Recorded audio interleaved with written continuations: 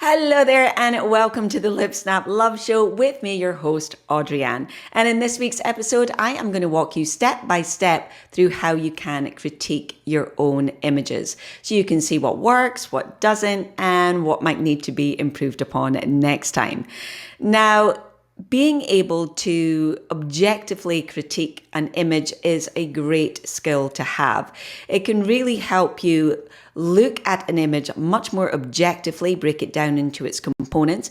It can help you see what you could do next time, how it can be improved upon, and it can even help you kind of identify patterns and see any areas of photography that you're weak on, for example, your use of light or your editing. So it can really give you something to focus on and work towards. It's great for critiquing your own images, but it's also really useful to critique someone else's images. Again, it just all helps develop that creative eye and understand what you're looking for, and you can use any insights that you have and apply them to your own images as well. So today, what I'm going to do is I'm going to go through the four elements or criteria, the main blocks that you're going to use when critiquing an image. And then for each one, I'm going to give you a list of questions that you can ask yourself. It's not exhaustive, but we have covered the main ones for you.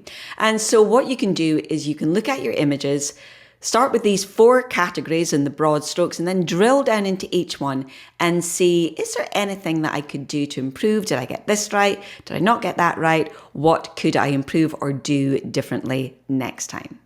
Okay, without further ado, let's go ahead and dive into our first category, which is your technical basics. Now, your technical basics can be broken down again into a further sort of three subcategories, if you like, and they are focus, exposure, and color. So let's drill down a little bit more now and look at the questions that we need to ask ourselves when we're looking at our images and determining where we're sitting with that technical basics. Did we get it right? Did we need to improve? So first of all, is the subject sharp? So is the main point of interest in the photo, are they sufficiently sharp? And has focus landed in the right place? Sometimes when you zoom in, you can find that focus has landed on the eyebrow or the nose rather than on the eyes, for example. So have a look, is the focus where you want it to be, and is the subject acceptably sharp? You also want to make sure that there is sufficient depth of field. Is everything that you want in focus? But equally, we don't want every single thing in the image to be in focus. Sometimes we want to create a smaller depth of field, smaller area in focus in order to bring attention to our subject. We also want to think about the skin tones. Are the skin tones true to life? Or are there any color casts either on your subject or just over the image in general? And exposure, again, that's a big one. Is the scene too light, too dark? Could I have improved my exposure in any way? And the final question to ask yourself here, is there anything that I could have done differently? Could I have had less depth of field, more depth of field? Could I have chosen my own focus point? Could I have used a different focusing technique? Is there something that I could do here to improve this image? Because remember, we're being objective about our image and looking at what works and what doesn't, but we're also wanting to get some takeaways of what we can go and focus on learning next, or just improve upon or practice on to make sure that we get right. So this first one, their technical basics, you're looking at focus, exposure, and your color in your images. So let's move on now to section number 2, which is your use of light. Now, you have heard me say this 1,000 times if you've been here for any length of time. Light is so critical in photography, and your use of light can definitely make or break an image. But again, what we want to do now is look at this objectively, how you've used light and did it work for the image? So again, let's look at some questions to ask yourself.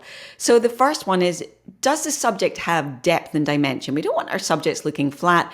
We use light as a way of creating that dimension in an image. Remember that when we take an image, we are taking what is a three-dimensional world and basically putting it onto a two-dimensional medium. It's a photograph, it's flat. We can only add in dimension by our use of light or by the way we compose our images. So look at whether the subject has depth and dimension. If you're photographing a person, we also want to make sure that they're well lit. Do they have catch lights in the eyes? Is everything that you want highlighted and everything you want hid shadowed, for example? You also want to make sure that there are no blown highlights or clipped blacks. Is there anything like that in the image? Now, we can also look at the light from a composition or creative perspective. So does it add interest? Does it add some mood to the image? Or is it kind of light, a bit flat and a bit boring? And again, could you have used the available light in a different way? Sometimes the light is just flat when you are photographing. For example, a cloudy day. It can be more difficult to get depth and dimension then. It's not absolutely, definitely not impossible, but have you done that? Or could you use the light that you were given in a different way? We can't control the light. If we're photographing with natural light, we have to photograph with the light that we are given. But that doesn't mean that we are powerless. Far from it. You can modify the light in different ways. You can use the light in different ways. You've got so many tools at your disposal. So when looking at your image, did you use the light to the best of its, I was going to say best of its ability? That's not right. But did you make the most out of the light you have? And if not, what could you do differently next time? Again, we're always thinking about how can we improve. The next category that we are looking at is composition and to a degree creativity here as well. So again, we are looking at our image as a whole, but this time we're just drilling down into this one element of how did we compose our images and were we creative when we created this image? Is it fresh and exciting, or does it kind of feel a little bit blah? Again, let's drill down into some specific questions. So it can be just when you're starting out as simple as, is there any awkward limb chops? Did you cut through somebody's toes or fingers, for example? Also, are there any distracting elements in the frame? Is there something in the frame that is pulling the eye away from the subject? Also look and say, what composition devices did you use? Or is it kind of boring and static? Or is there a different composition device? Now that you're looking at the image, what could you have done differently to make it more exciting and unique? Does the image feel balanced? Is there something feeling a little bit off about the image and about the way things are placed? Every image has a visual weight, and everything in that image has this visual weight. So we're looking at it and saying, does this image feel balanced, or is there something pulling down the frame or pulling the eye where it shouldn't be, or making the image just feel unbalanced? And did I use everything around me to the best effect? And again, you can look at something and say, oh, I could have got lower and I could have shot through this, or I could have used that as a leading line, or I could have done this. It's very, very easy after the fact, I know. But again, it's training your eye to see what can I look for the next time I'm in this location or any location, and make sure I pick up on these things. And the final question is kind of similar to that last one. Could I have positioned myself differently? I was just saying, could you have got down lower? Could you have moved to the left 1 inch? Could you move to the right 1 inch?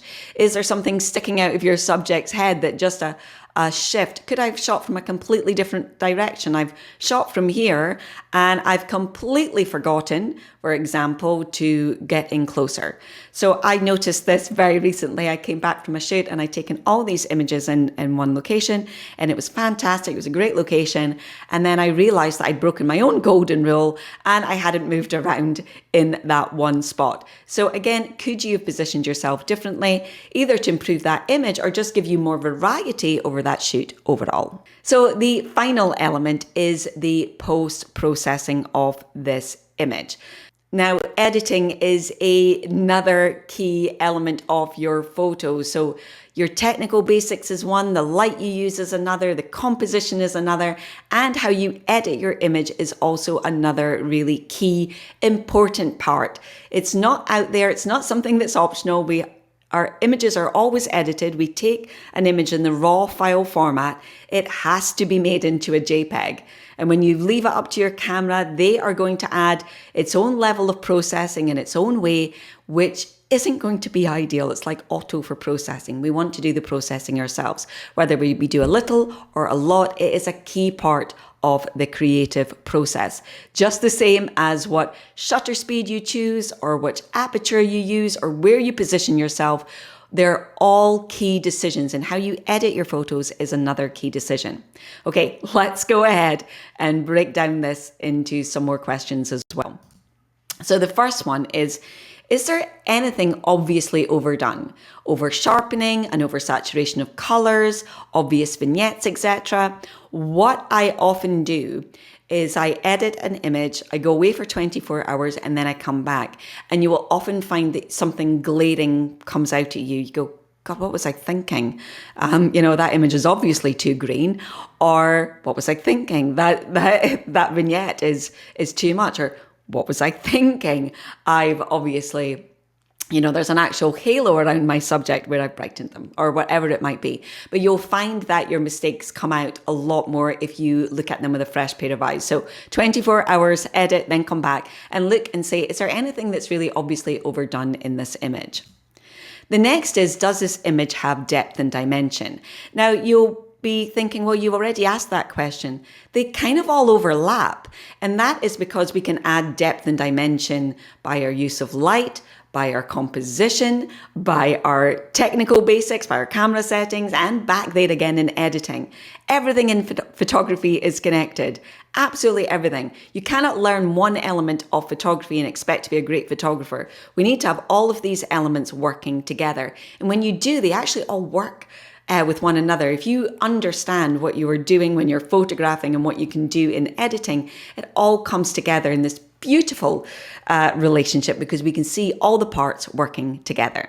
Okay, I went off on a rant there, but yes, let's come back to the next question, which is, does the editing add to the image or detract?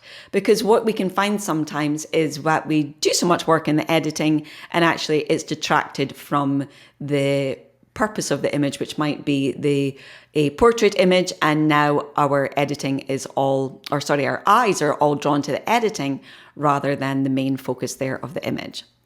And again, is there anything else you could have done in editing to improve this image? And again, if it's one of your own images, this is great because you can actually go then take that image and go and make the adjustments that you've thought about now that you've had a chance to look at your image objectively, reflect on it. Is there something that you can do to improve this image?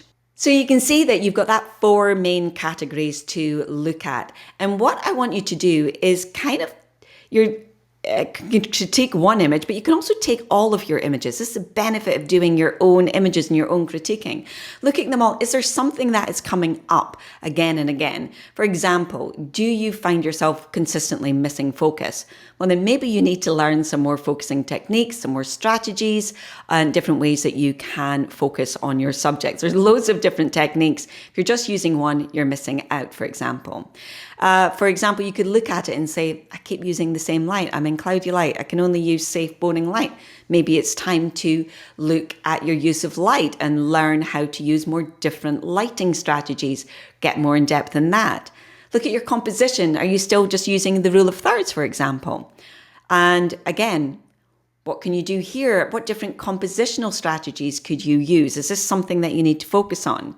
And if you're looking at your image and you're editing and you're seeing that, I don't really know what I'm doing when I'm editing, or this is obviously overdone, or I can tell that a preset has been used. So for example, if you were to put your image to someone else who is a professional at critiquing, one of the things they look at is it obvious that the commercial preset has been used? Because you can usually tell a mile off that someone has just used a preset and they haven't edited their images. Editing your images is about so much more than simply using a preset or just adjusting the exposure. It really is a key part of the creative process. So again, you might find that that is something that you can look into learning. So objectively look at your images, using that 4 main categories and some of the questions that I've given you today, and look at that image and see if it could be improved. But also look, is there something that I need to work on to improve my photography skills and get my images from here and take them to the next level? We always want to be moving and improving ourselves. Now, if you are interested in learning about all of these aspects of photography that I've spoken about today, your technical basics, your editing skills, your composition that you use, your use of light, then we cover that all inside the All Access Pass. Now, the All Access Pass is a program that contains all of my signature programs like Auto to Awesome, Mastering Natural Light, Intuitive Composition, Photoshop Magic, Edit Like a Pro in Lightroom, all of our smaller supplementary courses like the Location Scouting Playbook, Get Organized in Lightroom Classic, absolutely everything that I have created is inside this All Access Pass. And if you've ever wanted to just basically have someone say, here is your roadmap through everything you need to learn in photography, that is exactly what the All Access Pass is. Now, we'll be opening the doors to this very, very soon. And we'll be kicking things off with a free webinar, free workshop, different things. So do make sure that you get on the wait list.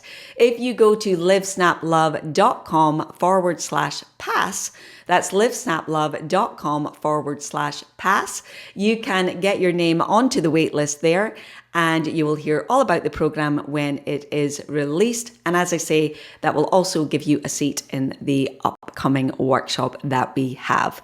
So please do get your name onto that, the All Access Pass at livesnaplove.com/pass. Again, I will leave a link to this around where you're listening to this podcast or watching this on YouTube.